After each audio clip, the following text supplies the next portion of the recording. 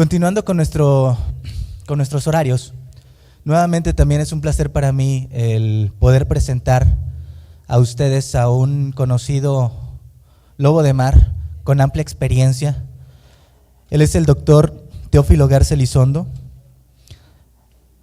Él realizó sus estudios de médico cirujano partero en la Facultad de Medicina en la Universidad Autónoma de Nuevo León, especialista en medicina familiar, también en la Facultad de Medicina, terapeuta de grupo, pareja y familia, del Departamento de Psiquiatría de la Facultad de Medicina de la UANL. Ha ocupado cargos relevantes, muy importantes: asesor del Departamento de Terapia y Atención Familiar del Instituto Nuevo Amanecer, supervisor de casos y asesor de atención familiar de Alternativas Pacíficas, integrante del Consejo de Administración del Instituto Nuevo Amanecer, integrante del Consejo Consultivo para las Personas con Discapacidad del Estado de Nuevo León, entre otros. Ha recibido múltiples premios y distinciones, entre las cuales evaluador en el Premio Estatal de Investigación en Salud, convocado por el Gobierno del Estado de Nuevo León durante los años 2000, 2001, 2002, 2003, 2004 y 2005. Director de Enseñanza e Investigación para la Salud de los Servicios de Salud de Nuevo León. Mención honorífica por el mejor artículo publicado en la revista Archivos de Medicina Familiar, otorgado por la Asociación Latinoamericana de Profesores de Medicina Familiar AC. Reconocimiento por el tercer lugar en el concurso estatal de investigación de salud en diciembre del 2005 y el reconocimiento por el segundo lugar del concurso estatal de investigación en salud de diciembre del 2008. Actualmente sus líneas de investigación son la familia, obviamente, adolescencia y familia, familia y SIDA y la familia con ancianos. Ha escrito libros, ha participado en múltiples capítulos de otros tantos libros, así como artículos. Doctor, sin más preámbulo, le cedo el estrado al doctor Teófilo Garza para que nos deleite con la presentación Habilidades en la Intervención de Crisis. Gracias.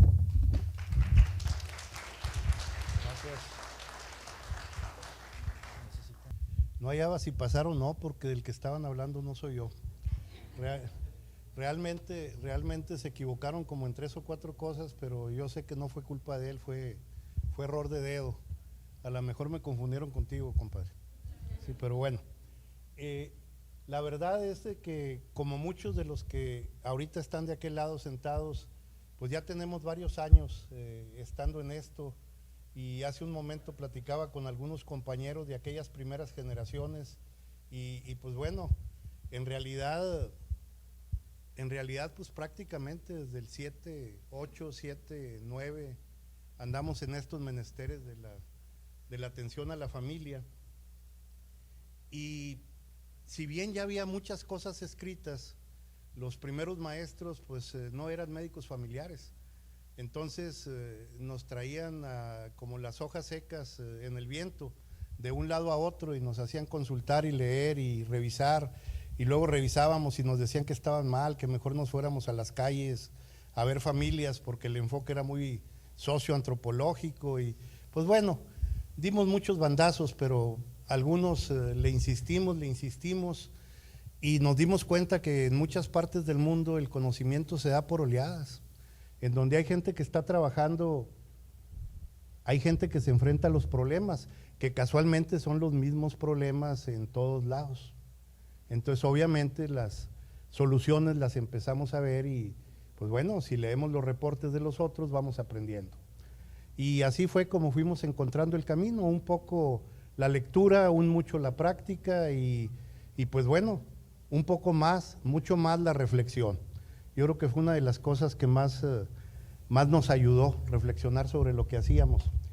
Y precisamente hoy, al hablar de las habilidades de la intervención en crisis, más alto, gracias Enrique, al hablar de las habilidades de intervención en crisis, vamos a hablar un poquito de esa parte terapéutica con la que el médico familiar se enriquece en su perfil profesional atípico porque en el modelo biológico, en el modelo médico tradicional, esta parte no se da. En la época en la que la mayoría estudiamos, incluso ahorita en muchas facultades, se hace el énfasis en el modelo de atención biológico, médico, y se incorpora también el aspecto de la atención psicológica y emocional. el apoyo emocional al paciente. Qué padre, 2 palomitas. La parte del modelo biopsicosocial por lo menos ya va a la mitad, 2/3 partes. Pero la parte social es la que cuesta mucho trabajo integrar. Y alguna gente la empezó a integrar a través de los conceptos de salud pública, con el uso de recursos, con los estudios de caso y con algunas circunstancias alrededor de las organizaciones sociales que vienen siendo recursos y el uso de los mismos. Pero la parte interesante que por lo menos a mí me cautivó desde el inicio, que la descubrí, fue las interacciones personales, fue las relaciones familiares.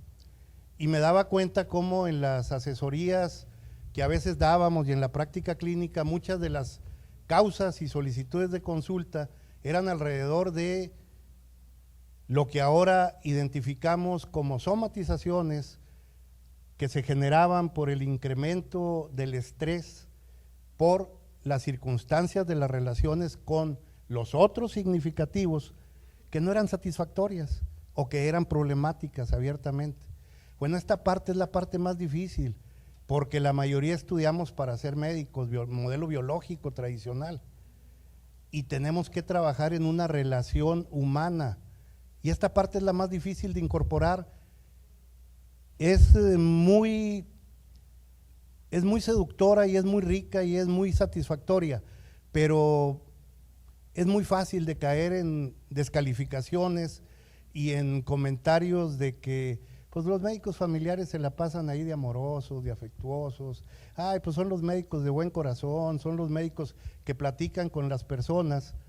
Pero bueno, sí, puede ser cierto todo eso, pero al final de cuentas tenemos que tener técnicas atrás de la relación interpersonal, y esa es la idea que tratamos de describir hoy. Si bien no vamos a entrar en detalle, porque es una plática en la que estoy yo de este lado, lo ideal sería organizar, y ahí te la dejo, Leti, a ti no, Gerardo, porque creo que ya dejaste el poder, de tarea, porque sería ideal organizar talleres alrededor de algunas de estas habilidades para poder tener una interacción personal y ver el desarrollo de estas habilidades en la práctica. ¿Por qué? Porque la verdad es que la mayor parte de las sedes, si somos honestos, se lee sobre esto, pero no se puede aprender de manera significativa, entendiendo las teorías del aprendizaje, si no tenemos cursos teóricos, práctica clínica y supervisor entrenado. Entonces, en alguno de estos puntos va a haber un déficit o una debilidad. ¿Sí queda claro? Es muy difícil cubrir en todos lados, pero bueno, después de un poco de rollo, vamos a entrarle. La intervención en crisis son un grupo de técnicas especializadas. Son las maniobras que se llevan a cabo con el objeto de prevenir y o disminuir las reacciones psicológicas adversas o negativas que se presentan durante o después de una situación traumática, entendiendo situación traumática como sinónimo de crisis. También proporcionar apoyo para que las personas recuperen lo antes posible su equilibrio psicológico y su funcionamiento independiente. A medida que se avanza, cada vez hay más autores y ya hay conceptos totalmente válidos y universales, y uno de esos conceptos es que todos los procesos patológicos inician después de una crisis, que todos los procesos adaptativos inadecuados o mal adaptativos como respuesta del paciente te van conduciendo inevitablemente a conducta disfuncional, que a la larga, conducta disfuncional igual a una vida insatisfactoria o llena de estrés, lo cual va haciendo que la persona se vuelva inefectiva, lo cual va haciendo que se vuelvan círculos viciosos en la acumulación del estrés. Por lo tanto, la persona no nada más va a tener situaciones de vida insatisfactoria, sino mal funcionamiento en todas las áreas. Primero relacionales, con las personas significativas, luego en áreas de la vida diaria, en las actividades de la casa, del trabajo, de la escuela, etcétera, para luego llegar a su propia somática, a el cuerpo y a la disfunción. Y ahí, pues bueno, recuérdense de Seeley y el manejo del estrés y todo lo demás. Nada más que recuérdese que todo esto y el ser humano está preparado para un estrés agudo, que se solucione en 3, 4, cuando mucho 6 meses. Pero los avances tecnológicos y muchas situaciones de vida, como por ejemplo una inadecuada elección de pareja, resoluciones inadecuadas de las crisis, hacen que el estrés se vuelva crónico. Entonces las personas nos volvemos nuestro propio reactor negativo para inducir los círculos viciosos o de generación de estrés crónico, disfuncional. Ok, la siguiente por favor. Algunos de los objetivos de la intervención en crisis son los siguientes: ofrecer apoyo emocional. Ergo, tenemos que aprender técnicas de apoyo emocional. ¿Ok? Estabilizar los procesos emocionales y cognitivos de la persona. Palabras simples, ayudarlo a que recupere lo más pronto posible su racionalidad, su capacidad de pensar. ¿Por qué? Porque pensar es igual a seguir los procesos de toma de decisiones y de solución de problemas de la manera más efectiva. Extracto de lo que dije: técnicas para apoyar el trabajo de intervención en crisis, procesos de toma de decisiones, procesos de solución de problemas, ¿sí? Y son procesos. ¿Cómo le hacen para recibir un paciente en la consulta? Pues llega al escritorio de información, pide una ficha, va con la enfermera, saca el expediente, se le toman los signos vitales, se pasa el expediente al escritorio del médico, el médico toma el expediente, el médico le llama al paciente. Eso que acabo de decir es describir el proceso. Bueno, el proceso de toma de decisiones es la manera efectiva de pensar para tomar buenas decisiones. No quiere decir que todo lo haga bien, quiere decir que tomo buenas decisiones, quiere decir que pienso lo mejor que puedo de acuerdo a las circunstancias, pero pienso, identifico bien el problema, identifico de qué tipo es el problema, identifico consecuencias, veo opciones positivas y negativas, veo opciones de solución, y en el reflexivo análisis de esas 4 opciones previas, analizo y elijo la mejor. Me sale bien, se solucionó el problema. No se solucionó el problema, me regreso al paso del análisis para elegir otra opción. Ese es el proceso de toma de decisiones y o de solución de problemas.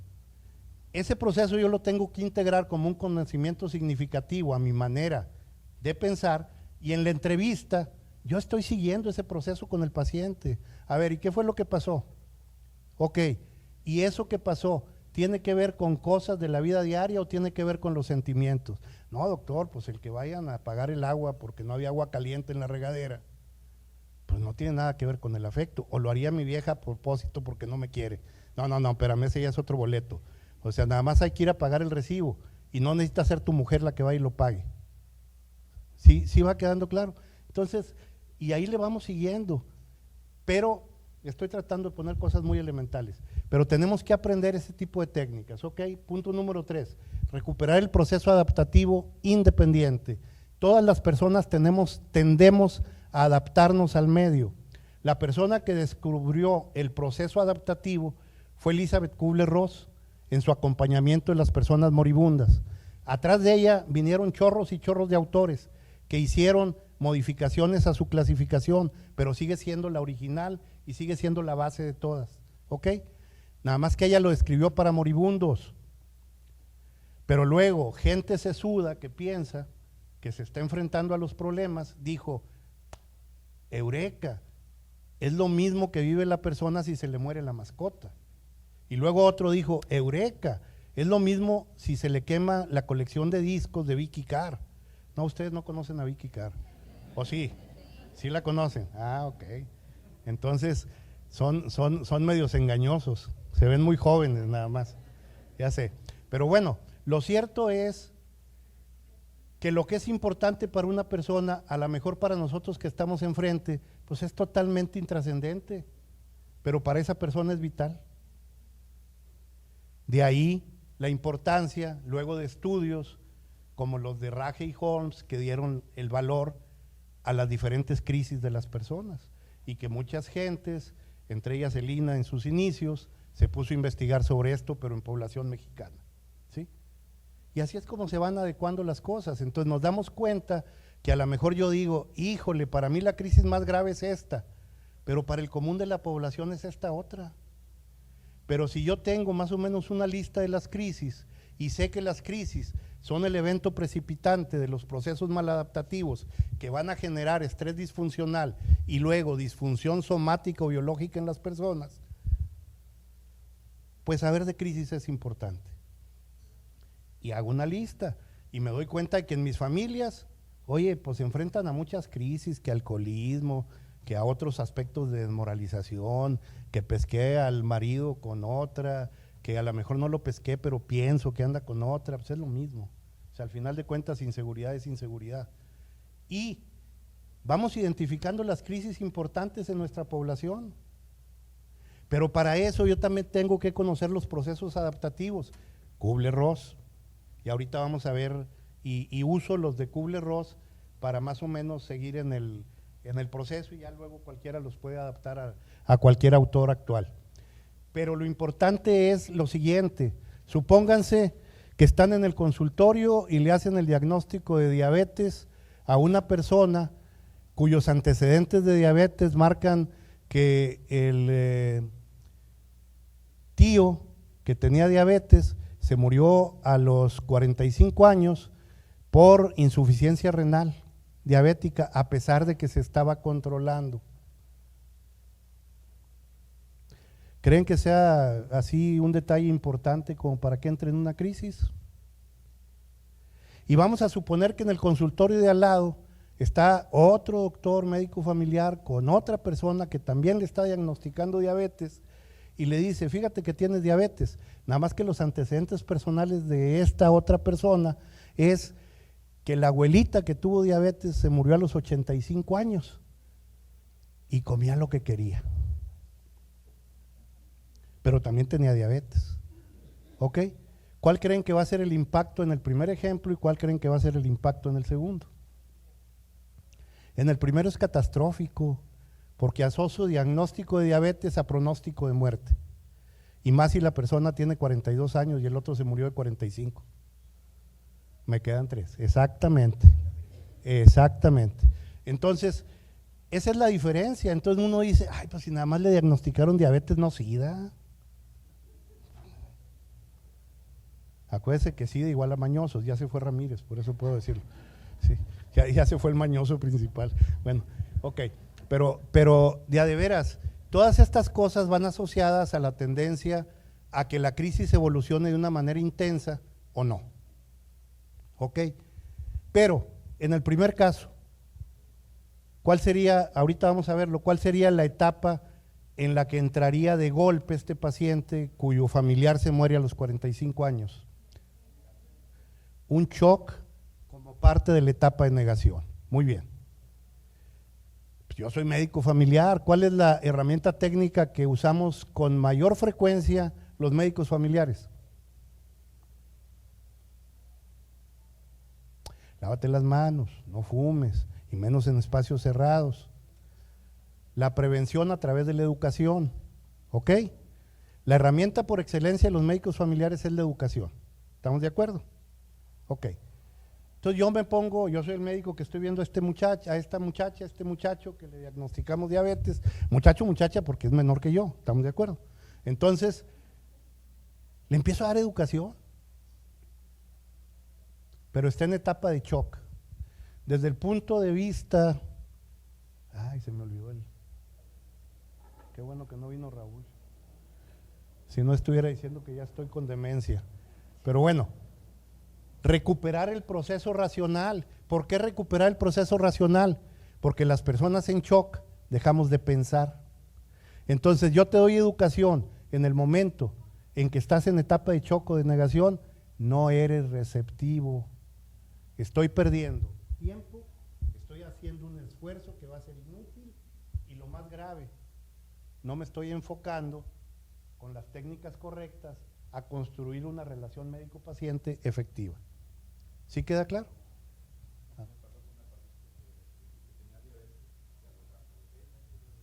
Sí. ¿Sí?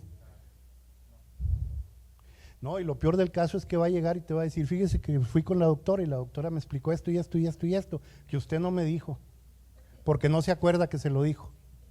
¿Sí queda claro? O sea, ese es el problema. Entonces, por eso es importante que conozcamos las cosas correctas de las técnicas interaccionales de los médicos familiares. Y en serio, propaganda, al fin soy médico familiar. Ningún otro especialista lo hace, ni el psiquiatra. ¿Ok? Sigue siendo propiedad del médico familiar, pero ya nos queda muy poquito tiempo. ¿Ok? Hay maestría en psicología de la salud, que ya están haciendo esto. Hay maestría psiquiátrica en trabajo social, que están haciendo esto. Y hay maestría de apoyo en atención primaria con atención emocional en enfermería, que están haciendo esto. O nos apuramos o nos joden. ¿Ok?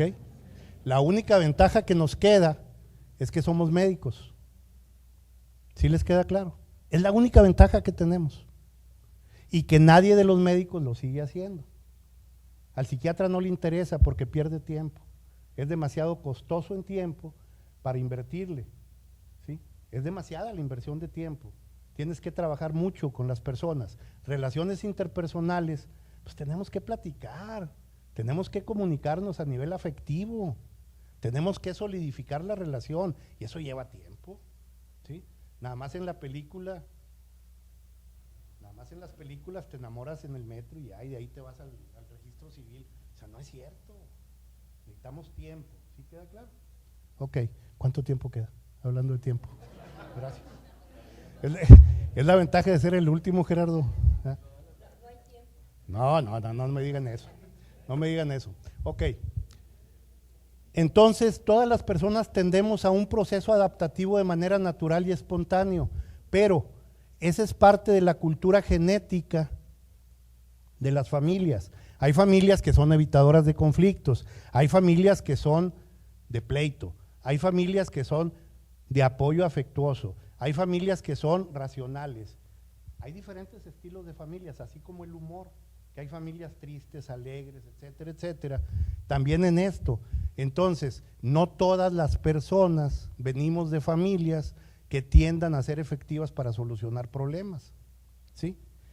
Pero hay muchísima población, más de un tercio, que es altamente funcional sin ayuda. ¿Por qué? Porque hay familias sanas, ¿ok? Que no se les olvide. Y hay personas sanas. Aproximadamente entre el 25 y 40% de la población. Y el resto tiene algún nivel de disfunción.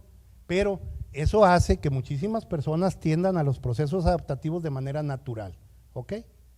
Y a lo mejor a ellos les va mejor si no interferimos. Pero bueno, hay que aprender de los procesos adaptativos y lo refiero a Kubler-Ross. Recuperar la funcionalidad cotidiana. Todos funcionamos de una manera.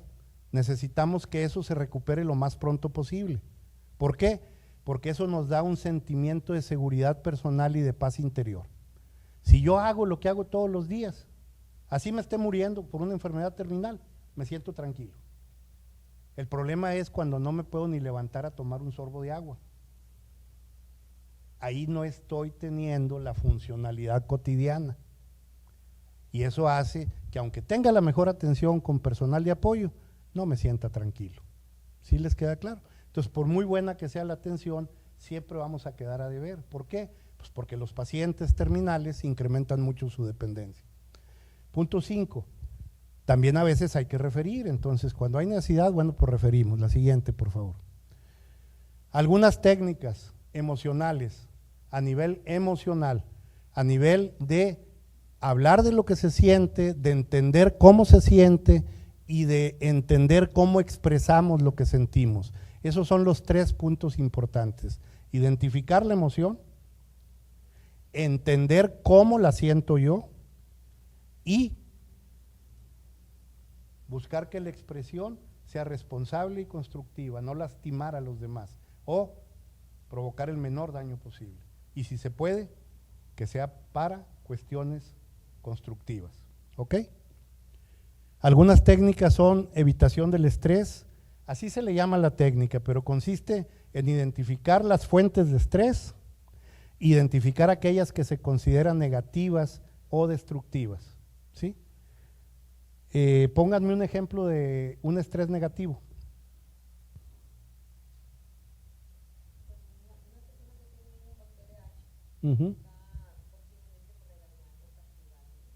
Ujú. Pues sí. Ujú.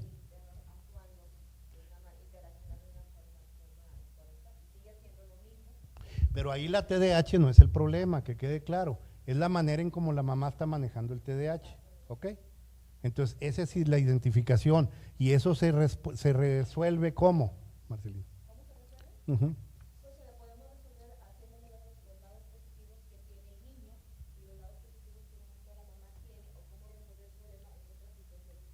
Ujú. Está hablando a nivel emocional. Pero fíjense, yo les digo que yo soy un artesano, yo me meto mucho en cuestiones técnicas del día a día, cómo preparar el café, cómo te gusta, cuántas cucharitas de crema, cuántas de azúcar. Ese es el lado artesanal, ¿ok? Entonces, el lado artesanal de esto, ¿cuál es? Tiene toda la razón, esa es una parte importantísima de cómo resolverlo. Pero hay otro lado artesanal. ¿Cuál es? Ujú.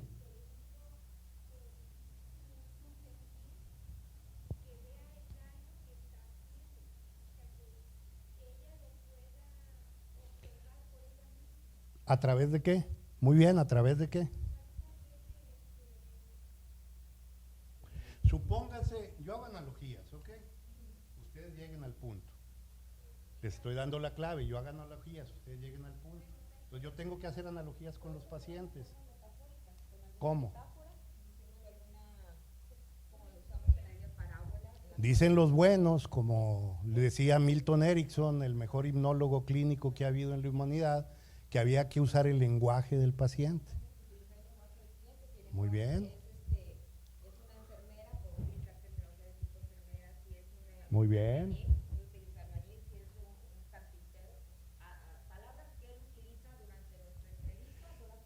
Dicen los psicólogos que eso es la preparación del yo para ser receptivo. Fíjense que no dije la preparación del ello, ni del super yo, dije la preparación del ello para ser receptivo.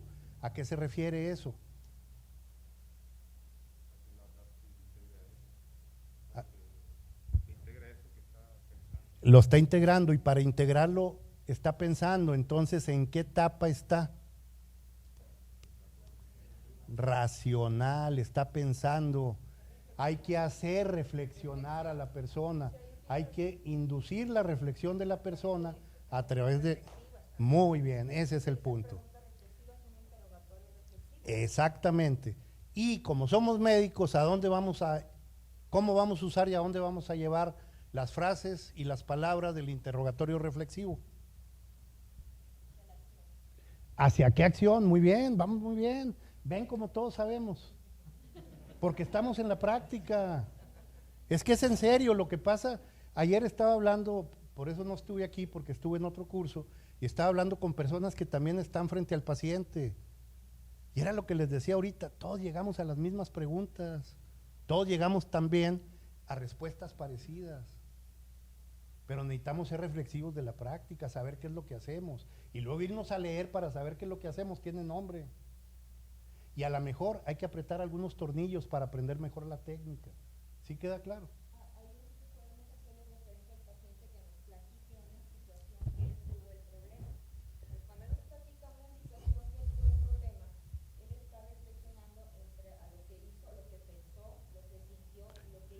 Y ese interrogatorio que induce a la reflexión sobre experiencias pasadas se le llama técnicas retrospectivas de cómo superó crisis o problemas anteriores.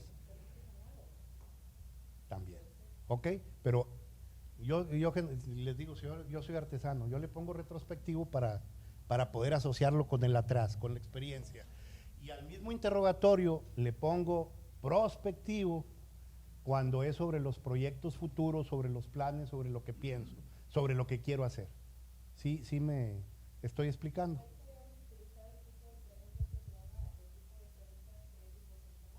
Claro.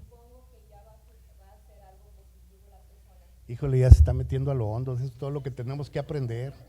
Es- tenemos que traer todo ese tipo de enseñanzas, o sea, es para que vean que el ejercicio clínico en este tipo de aprenderlas bien. ¿Sí? Nada más que luego, para aplicarlas, es donde hay que tener una práctica supervisada por alguien que tenga el camino previamente recorrido. Si no, nada más queda en concepto teórico. Acuérdense que hay 3 habilidades para poder aprender algo. Uno es aprender el concepto teórico, conceptos.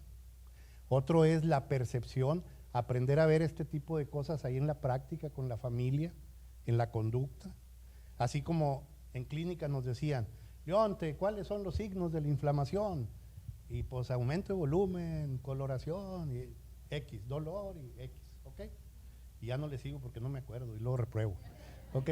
Pero sí les queda claro de que esa era la percepción. Yo aprendía lo que era un signo, un síntoma, y luego iba a la práctica para identificarlo. Acá en las habilidades interpersonales tenemos que tener una práctica supervisada para decir, ¿te fijas? Como ahí ese aspecto de la comunicación tiene esto y esto y esto. ¿Te fijas como la comunicación no verbal fue así, así y así? Oye, ¿hubo congruencia entre la comunicación verbal y la no verbal? Estoy aprendiendo. ¿Sí va quedando claro? Y esas son las habilidades perceptuales. Pero luego, yo ya percibí esas cosas, entonces ahora voy a trabajar en incidir o en modificar. ¿Esas qué son? Intervenciones o habilidades ejecutivas. Son los 3 tipos de habilidades. Entonces muchos nos quedamos en el concepto, excelente porque aprendimos teoría. Muchos aprendemos, además de la teoría, a percibir en la práctica, excelente porque aprendemos a hacer diagnósticos, además de tener conocimiento. Pero para poder ayudar, apoyar, facilitar el que las personas avancen en la solución de sus problemas, necesitamos las habilidades ejecutivas. ¿Sí les queda claro? Aquí es donde muchos médicos con práctica lo hacen. A veces, muchas veces sabiendo lo que hacen y cómo se llama, y muchas otras ni siquiera sabemos lo que estamos haciendo, pero sabemos que es efectivo. ¿Sí? Lo mejor sería lo primero, saber lo que estamos haciendo y hacerlo bien. La siguiente, por favor. Fíjense bien, estas son las etapas del proceso de la intervención en crisis. Primero, hay que hacer contacto psicológico y dar apoyo emocional. ¿Ok? Entonces, si se fijan aquí, todas las habilidades son psicoemocionales. Dar apoyo psicológico, hacer contacto psicológico y dar apoyo emocional. Entonces, tenemos que buscar identificar emociones, que la persona se sienta cómoda para hablarlas y que se sienta cómoda con nosotros al poder hablarlas. ¿Ok? Entonces, esto es toda una habilidad. No vayan a creer que es así de fácil. Y luego, de a de veras, las personas que nos hemos metido en el apoyo psicoemocional, nos damos cuenta que es un trabajo que cuando nos estamos entrenando es tremendamente agotador, porque llega un momento en que nosotros también nos imbrincamos con las emociones del paciente. La mayoría de las veces ni siquiera hay efectos negativos, pero es muy agotador. ¿Sí? Y el efecto negativo más importante ni siquiera es como en la contratransferencia sexual, acostarte con el paciente. No, la bronca es que no lo vas a ayudar. ¿Sí les queda claro? O sea, la bronca es que nos vamos a volver inefectivos. Entonces hay que trabajar en aprender 1 o 2 técnicas, las elementales, para ayudar a identificar las emociones de los procesos y facilitar su expresión constructiva, positiva o adecuada. Identificar la crisis y su tipo, ¿sí? Yo creo que no hay mucha explicación que dar en esto. Buscar opciones de solución, ¿sí? Con todo y todo, aquí usamos mucho una técnica que es, los psiquiatras y los psicólogos dicen que se le llama prestar el yo. ¿A qué se refiere con prestar el yo? Recuérdese que puede estar todavía empezando a salir de las etapas primarias del proceso de adaptación. Entonces puede ser que todavía no recupere totalmente la capacidad de pensar. En ese momento yo le presto el yo le presto mi yo, mi capacidad de pensar. Y puede hacerle lo que técnicamente en medicina familiar se llaman sugerencias específicas, la técnica. ¿Sí? Entonces hacemos sugerencias específicas orientándolo a pensar. Hacemos lluvia de ideas de que, oye, alguna solución. No, pues no se me ocurre ninguna. ¿Y no has pensado en esto? Eso lo hacemos los acelerados. pero los reflexivos a lo mejor le van a decir, oye, y en crisis pasadas, ¿cómo lo hiciste? O sea, cualquiera de las dos cosas, ¿sí me explico? Pero los vamos obligando a que vayan pensando, les estoy prestando mi yo, porque yo soy el que le estoy marcando la pauta de por dónde pensar. Pero tenemos que ser respetuosos en lo que decida y en lo que se le ocurra. Ahí es donde lo inducimos a que él reflexione. ¿Ok? Bueno, ¿y tú qué piensas? ¿Y tú cómo te sientes con esto? O sea, ¿ya lo habías enfrentado antes? ¿Cómo lo hiciste? ¿Alguien de tu familia vivió esto? ¿Cómo lo hicieron? No tengo que ser yo, puede ser alguien de la familia. ¿Ok? Claro.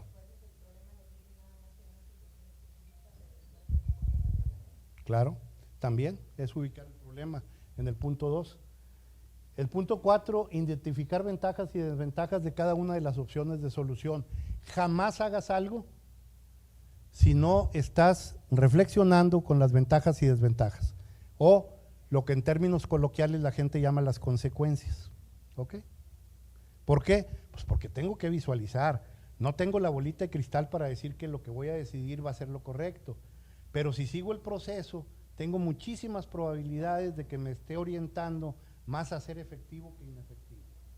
Fíjense cómo trato de no usar la palabra bien y mal, efectivo o inefectivo, para quitarle la connotación moral a la conducta, ¿sí? Porque si no, luego le metemos otro broncón porque metemos culpa. ¿Ok? Después de que se revisan las ventajas y desventajas o las consecuencias positivas y negativas, pasamos a elegir la mejor opción. Aquí también podemos prestar el yo. Si consideramos que la opción que está eligiendo la persona se está orientando a ser inadecuada, pues simple y sencillamente le decimos, oye, ¿y ya pensaste bien en todas? ¿Qué te parece si le damos una segunda revisada? Pero no te digo que no, ¿sí va quedando claro? Al final de cuentas, cada quien somos responsables de nuestra determinación en el sentido o en el rumbo que le damos a las cosas. Motivar y apoyar la ejecución de acciones concretas y específicas. Sobre todo en las primeras etapas, traten por favor de que sean acciones concretas, no demasiado filosóficas y elevadas. Traten de que sean opciones realistas y muy aterrizadas. Y lógicamente es el último paso como responsabilidad profesional, es dar seguimiento al proceso y a los resultados. La siguiente, por favor. Aquí están las etapas que seguí para la presentación, que son las de Kubler-Ross. Nada más quité la negociación, que es la cuarta, porque muchos autores lo meten en la cuarta etapa, que es la aceptación. Para muchos sería la quinta, pero es lo mismo, o sea, lo meten como la primera etapa, así como muchos meten el shock, pero muchos dicen, no, el shock es parte de la negación, entonces no lo meten como etapa, sino como parte de la negación. Ok, entonces las etapas para fines prácticos, aquí no nos equivocamos, son negación, enojo, ira, tristeza o depresión, aceptación. La siguiente, por favor. En la etapa de negación, la persona presenta desconcierto, desesperación, incredulidad, obviamente negación del evento y sobre todo conductas y pensamientos de evasión de la realidad y de no aceptación del evento. ¿Les queda claro? Porque estas son las cosas que yo como clínico tengo que identificar, así como le preguntaba al Leonte por la inflamación. Estas son los hallazgos clínicos, estas son las evidencias, medicina basada en evidencias, ¿ok? Entonces en el expediente, el paciente estaba en etapa de negación, por esto y esto. Esa es la clínica interaccional del modelo biopsicosocial. ¿Sí queda claro? Nada más que la parte social, nosotros vemos las relaciones interpersonales con figuras significativas, que para casi todos los seres humanos es la familia. ¿Ok? Siguiente. La negación es una reacción defensiva. Entonces tenemos que entender que en principio es útil. ¿Por qué? Porque nos permite mantener la integridad psicoemocional de la persona. Nos permite que la persona no se destruya. ¿Ok? Porque el dolor es canijo. La persona necesita un tiempo de adaptación para aceptar la difícil realidad. La duración puede ser variable y se debe de respetar, así sea prolongada. ¿Por qué? Porque hay personas que tienen una reacción de negación de segundos o minutos, pero hay gente que dura semanas o hasta meses. Y hay gente que se muere en negación. Pues bendito sea Dios, así son. O sea, tampoco son atípicos. Acuérdense de la campana de Gauss, ¿sí? Hay una variedad muy amplia y los extremos, aunque parezca mentira, siguen siendo normales. ¿Ok? Entonces es lo mismo en las reacciones emocionales. Entonces acuérdense, ay, es que mi niña ya camina, la tuya no. Sí, pues está en la campana de Gauss, hombre, nomás que la tuya es prematura y la mía, digo, es de esas rapiditas y la mía no, pues bueno, pues ni modo. Pero casi todos entramos en la competencia. Eso es a lo mejor un aspecto negativo que puede ser positivo en la interacción, pero cuando estamos enfrentando necesitamos aprender a respetar y a saber qué hacer en cada etapa para poder acompañar de manera efectiva y siendo un recurso para las personas. Se reconoce al escuchar, los indicadores que vimos son como los signos, son observables, ¿ok? Pero luego vienen las frases que escuchamos, ¿ok? También se perciben por los sentidos, en este caso del oído, pero necesitamos identificar la construcción de las frases porque son diferentes en cada etapa.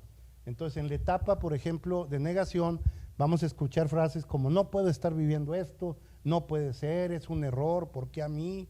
Si yo me porto bien, si yo no le hago daño a nadie, etcétera, etcétera, etcétera. Pero generalmente son de evasión. La que sigue. Sugerencias para acompañar. Son sugerencias muy concretas. Recuérdense que yo soy artesano, ¿ok? No son nada sesudas, ¿ok? Pero nos pueden dar algo de luz. El lenguaje que predomina debe ser el no verbal. Díganme rápido, 5 ejemplos de comunicación no verbal en esta etapa. Una palmadita en el hombro, un toque cálido en la mano, ¿qué más? Un abrazo, nada más que no dure más de medio minuto, porque si no ya… Y que no baje de la cintura la mano. ¿Qué más? Mirar a los ojos, contacto visual, muy bien. Sonrisa, se aplica, o sonrisa y mirada compasiva, de acompañamiento, de estoy contigo. ¿Sí me explico? Tal vez sea difícil explicarlo con palabras, pero es esa sensación, aquí estoy, ¿sí? ¿Algo más? Asentimiento con la cabeza, ¿sí? Sobre todo cuando hay congruencia con el momento de la comunicación verbal que el paciente está teniendo. Es que me dolió mucho. Incluso puedes hacer algunas frases cortas o palabras cortas, como sí, sí, te entiendo, es terrible, estoy contigo, etcétera. Pero frases cortas, si son verbales tienen que ser frases cortas y congruentes con el lenguaje del paciente, con la frase del paciente y con el estado emocional. Ok, las conductas serán de aceptación y disponibilidad incondicional. Tenemos que aprender a respetar los silencios, sobre todo cuando son reflexivos. Cuando son esos silencios que te das cuenta que el paciente no está yendo a ningún lado, rómpelo con preguntas reflexivas, ¿sí? Pero que se orienten a la emoción que predomina en el momento de la consulta, ¿ok? Es fundamental el contacto físico de apoyo, cálido o con calidez, ¿ok? En el lenguaje verbal se sugieren frases cortas y aquellas que faciliten la expresión emocional o verbal del paciente. Por ejemplo, es que me sentí muy mal. ¿Te sentiste muy mal? Repito lo mismo del paciente al final de la frase, pero para que eso se grabe en la psique del paciente y pueda continuar con el tema de me sentí mal. ¿Sí queda claro? O sea, esas son pequeñas habilidades en la construcción de la relación médico-paciente. ¿Ok? ¿Qué más? ¿Y luego qué pasó? ¿Qué hiciste o qué hicieron? ¿Cómo reaccionaron las personas que estaban a tu lado? ¿Te sentiste apoyado? X, o sea, depende de la circunstancia que esté viviendo. Muy importante, Marcelo. ¿Alguien más? Bien, la siguiente, por favor.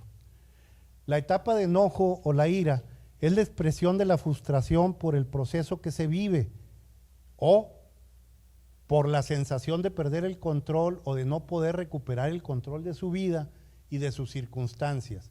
Se incluye la sensación de vulnerabilidad y la dependencia hacia otras personas. Las personas en crisis habitualmente caemos en una circunstancia de dependencia, es como un enfermo. Entonces de repente nos volvemos incompetentes, esa es la crisis, por eso es crisis, porque lo que yo uso de manera habitual deja de ser útil, deja de ser funcional. Entonces en ese momento la persona, aunque tenga 2 ojos, una cabeza, 2 brazos, 2 piernas, y se mueva como nosotros, está en shock, no está funcionando. Y se siente terriblemente vulnerable y mal porque otros están tomando las decisiones por él o por ella. ¿Sí? Entonces, eso también hay que entenderlo. También se explica como el resultado de una lucha interna de la persona entre la conciencia progresiva de la pérdida de control, o sea, estoy perdiendo el control, no soy dueño de las acciones que se están llevando a cabo ahorita. Es como ahorita con lo de la inseguridad, secuestran a alguien, se pierde totalmente el control, otras personas son dueños de lo que te está pasando. Es algo parecido, sí, la analogía. Y el deseo de recuperarlo con un equilibrio de su mundo perdido. Es esa lucha interna entre estoy perdiendo el control y me doy cuenta, pero al mismo tiempo deseo vehementemente recuperarlo y recuperar el equilibrio y la paz. La que sigue, por favor.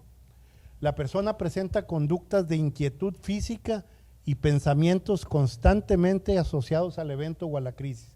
La persona no se puede salir de lo que fue la crisis, no se puede salir, ¿ok?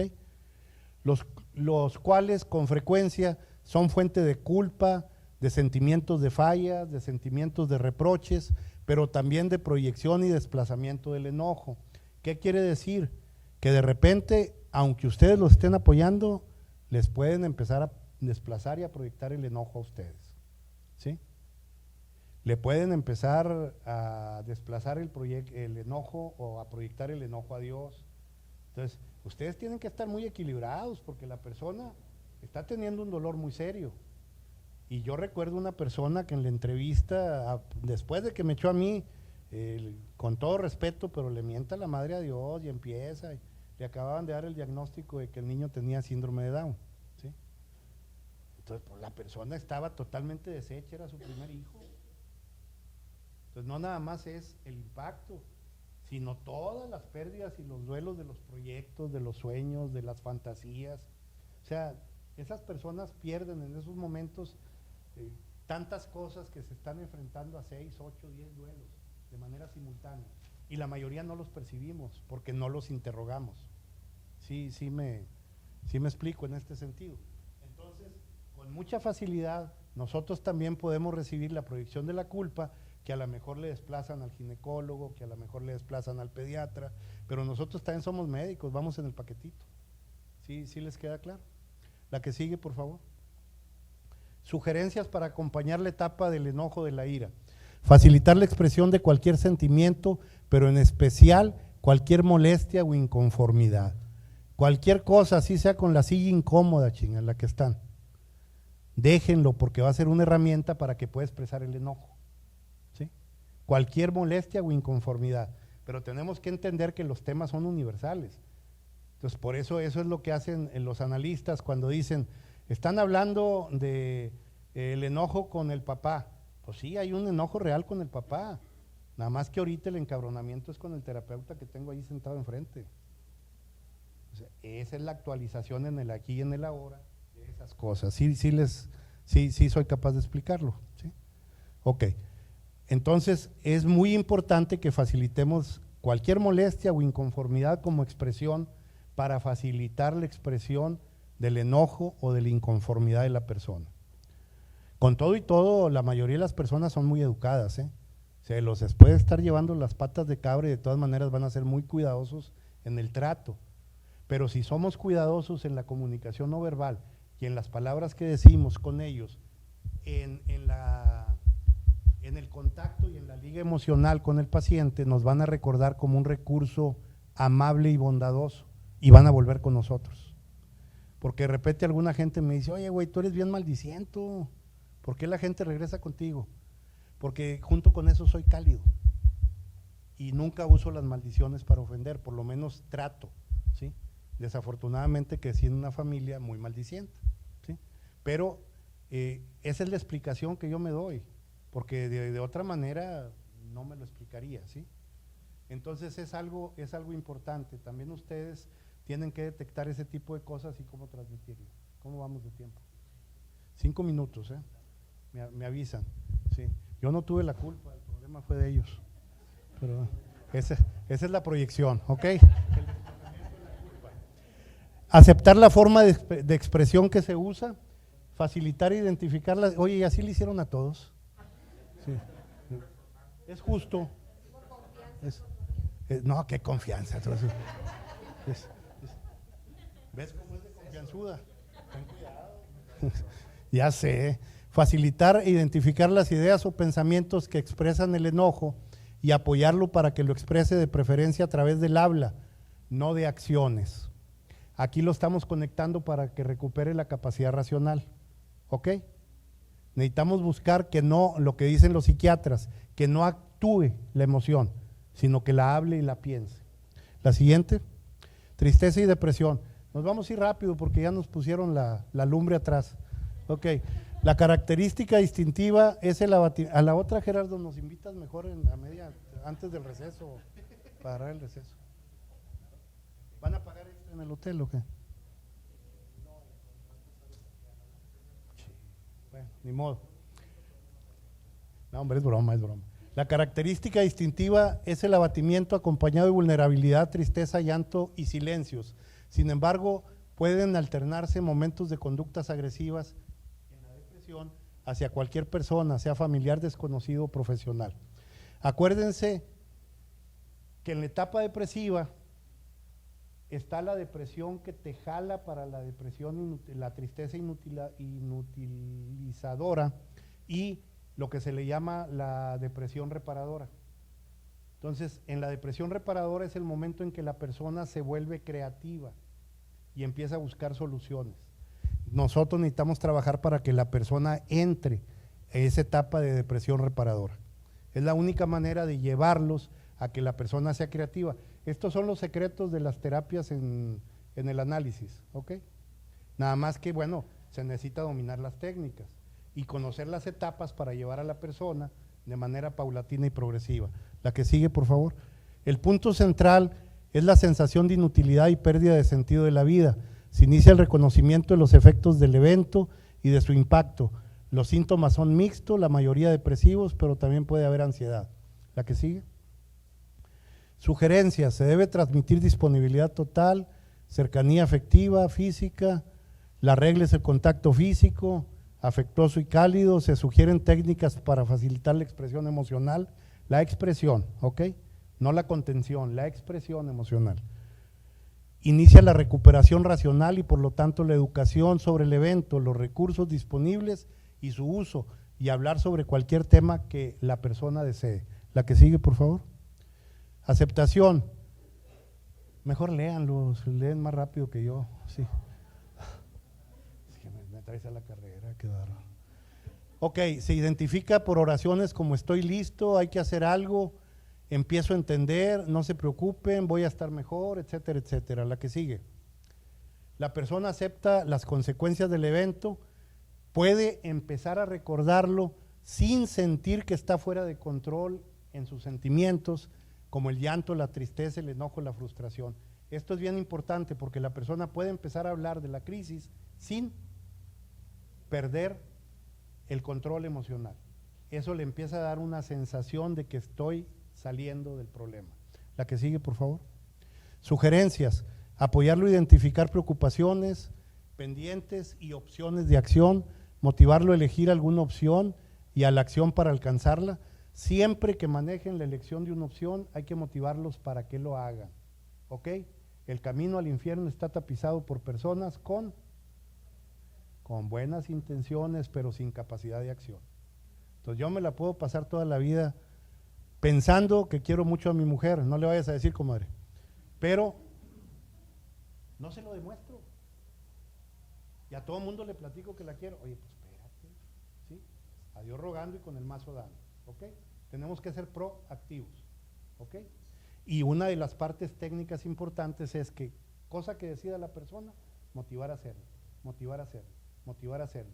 Lo que nos hace solucionar los problemas es ser partícipes de la acción, no de la elección de la opción, sino de la acción. Elijo y tengo que actuar, ¿ok? Transmitirle la seguridad de que sus decisiones serán apoyadas y serán respetadas. Y vuélvanse una chinche pedorra para que la gente haga las cosas. Esa es la diferencia entre los que son efectivos y los que se quedan nada más como buenos diagnosticadores. Promover entrevistas con el resto de la familia o con aquellos familiares identificados como importantes en la crisis y o en su solución. La que sigue. Otras técnicas útiles: facilitar la expresión de todos los sentimientos, ya lo habíamos manejado, identificar el significado de la crisis y explorar otras opciones. Esto tiene que ver con la narrativa, con técnicas que se usan ahí para platicar y todo lo demás. Es lo mismo, o sea, todas las técnicas son lo mismo, pero hay que saber ser buenos comunicadores, buenos entrevistadores, estar atentos a lo verbal, pero también a lo no verbal, a integrar lo emocional a la entrevista, porque lo emocional es lo que va a dar la gratificación posterior a la entrevista, ¿ok? Dejar claro que las intervenciones siempre estarán encaminadas hacia el bienestar actual y futuro de las personas y las familias en crisis, ¿ok? Promover técnicas de solución de conflictos y apoyar la identificación de sentimientos reconocidos como negativos y trabajar la facilitación de su expresión constructiva. La que sigue, porfis.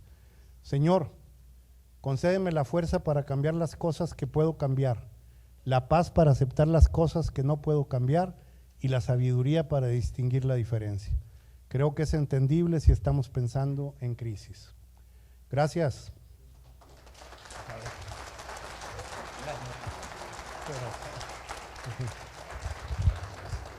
Y todavía tuve que saludarlo, ni modo. No sé.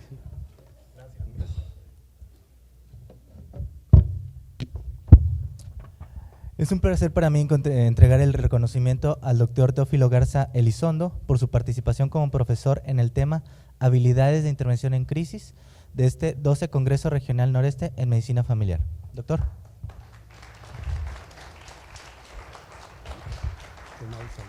Sí, perdón. Gracias. Esta también es para usted. Ha de ser buena porque pesa. Por supuesto, doctor, claro.